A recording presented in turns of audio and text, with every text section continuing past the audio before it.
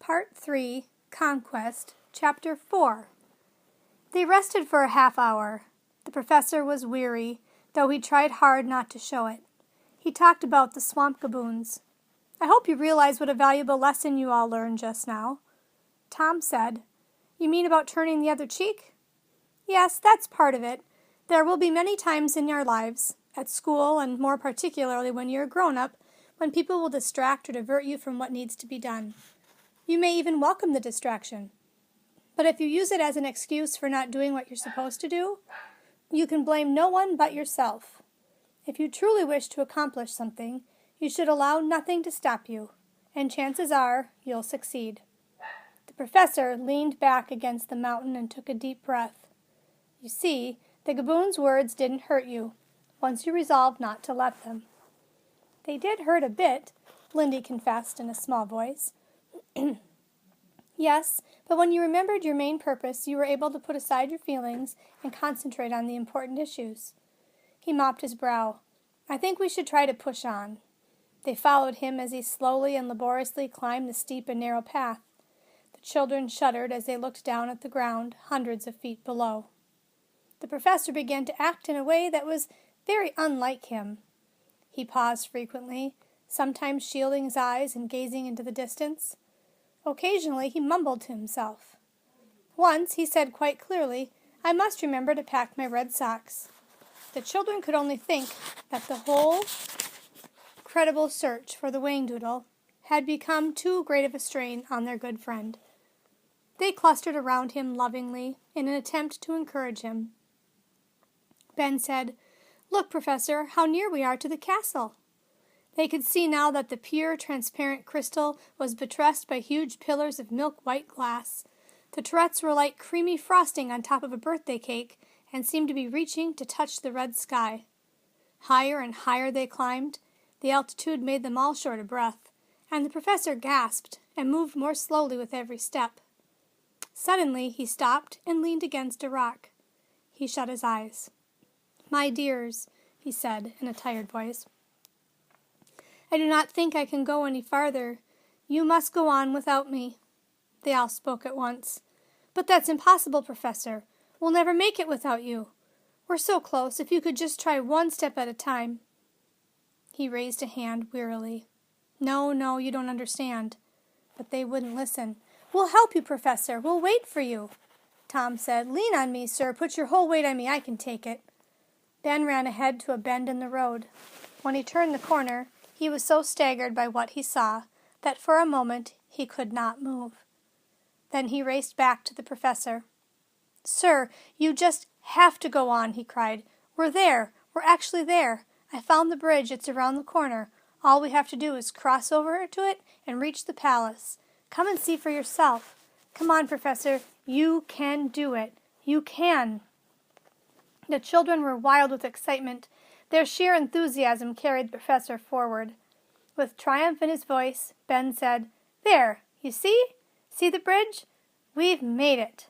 The children gazed with awe at the sight before them, and they were all close to tears. Ahead, the ground fell away into a tremendous chasm, thousands of feet deep, and far below was a thundering waterfall, so huge that the sound of it echoed back to the top of the mountain. Spanning the abyss was the bridge. It was incredibly beautiful, like an inverted silken rainbow swaying gently in the cool breeze. At the far end of it, two bronze doors were set into a colossal archway. They were open, and beyond them was the whangdoodle's palace. Ben turned to the professor. "We've done it, Professor. Aren't you proud? Aren't you thrilled?" The professor did not answer. He was staring at the palace with intense concentration. He sat down on a nearby rock and put his head in his hands. In all the weeks the children had known him, they had never seen him so dispirited. They gathered around him. He raised his head and looked at them for a long moment. And then he said, "You are going to have to do something for me which I know you will not want to do. But there must be no argument about it. I want you to go on to the palace by yourselves. Listen to me," he said firmly, as they started to protest. "When I first conceived the idea of trying to reach the whangdoodle, I realized only too well that I might fail. I was too old, too set in my thought patterns. And then the three of you came along. I hoped that, through you, I might reawaken the younger part of my mind, the imagination that has been shut down for so many years. In other words, if your eyes could see it, perhaps mine could see it too. The professor's voice broke. I must tell you, he continued, that the closer we have come to the Whangdoodle, the harder it has been for me to keep up with you. This is the last part of our journey, and it's been almost impossible for me. But we wouldn't be here if it weren't for you, Tom burst out. We didn't help you. It was the other way around. You helped us. You made it all possible. Ben said, only a little while ago you said that if you really try, then the chances are you'll succeed. The professor shut his eyes again. I said the chances for success were good. I didn't say they were 100% certain. One must always take into account the possibility of failure. Ben spoke desperately. But how can you say that, Professor? All you have to do is cross the bridge. The professor smiled sadly. I must tell you, I cannot see the bridge. What do you mean? Tom was aghast. Of course you can see it. You can see the palace, can't you?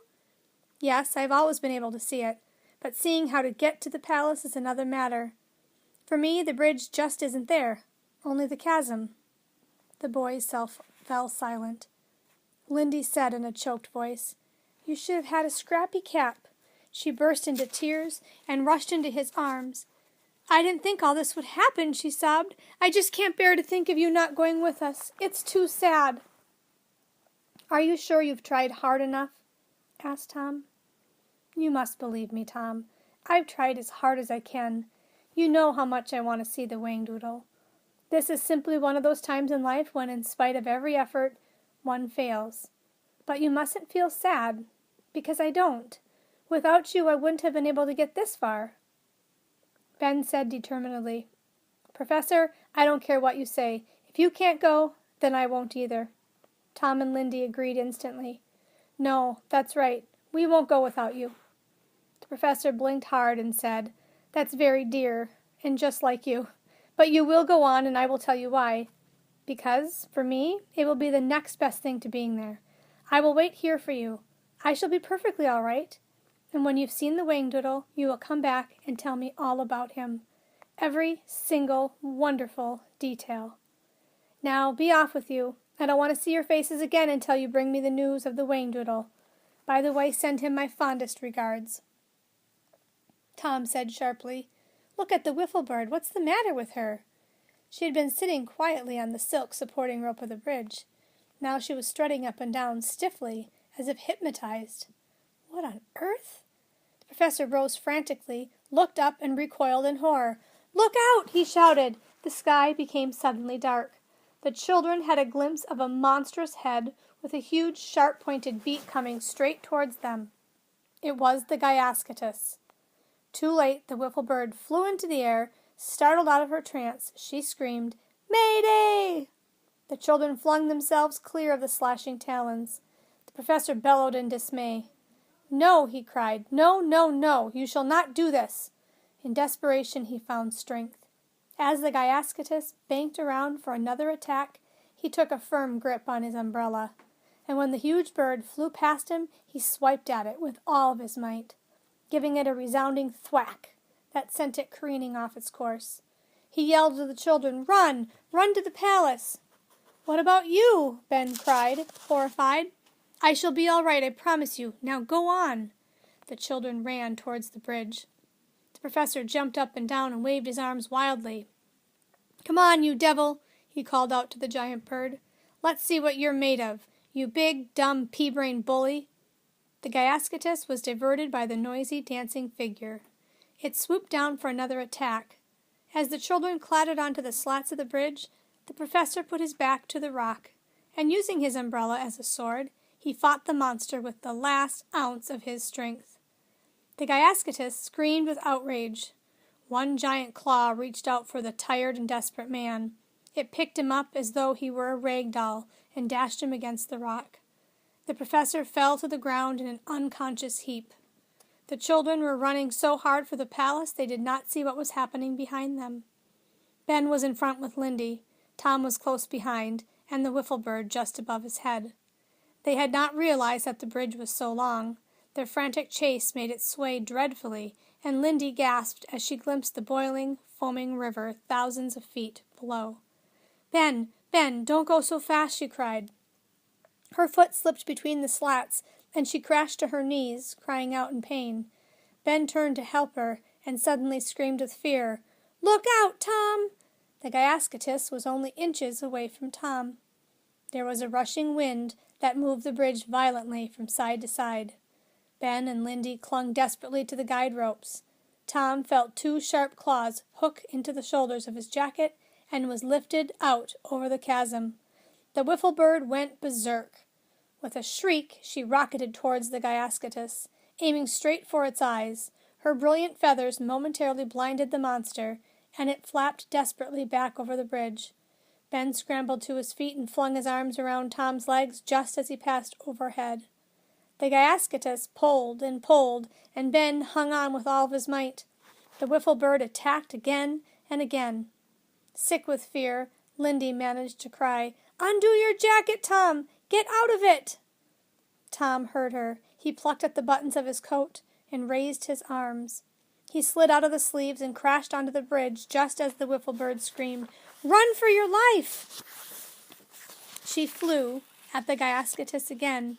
The children picked themselves up and raced the last 100 yards to the huge, burnished gates. Then a terrible thing happened. The confused Gyascutus was trying to rid itself of Tom's jacket.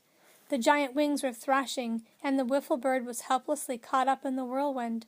She received a mighty blow that knocked her to the bridge, where she lay horribly still. Tom gave an agonized cry and raced back to her side. "It's all right, wiffle bird, I'm here. I've got you. It's all right." He picked her up gently. Ben was yelling, "Tom, come on!" Tom looked up and saw that the Gyascutus was coming at him once again. He began to run. It was a desperate race. The three children stumbled off the swaying bridge and under the tall archway, with the Gyascutus only a few feet behind them. "The doors! Close the doors!" Ben flung himself against one side, and Lindy and Tom pushed hard against the other.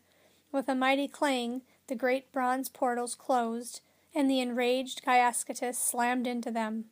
The earth trembled, but the doors held. The children leaned against the cool metal, fighting to regain their breath. When they had recovered sufficiently to turn around and see where they were, they received yet another shock. Standing in front of them was the Proc.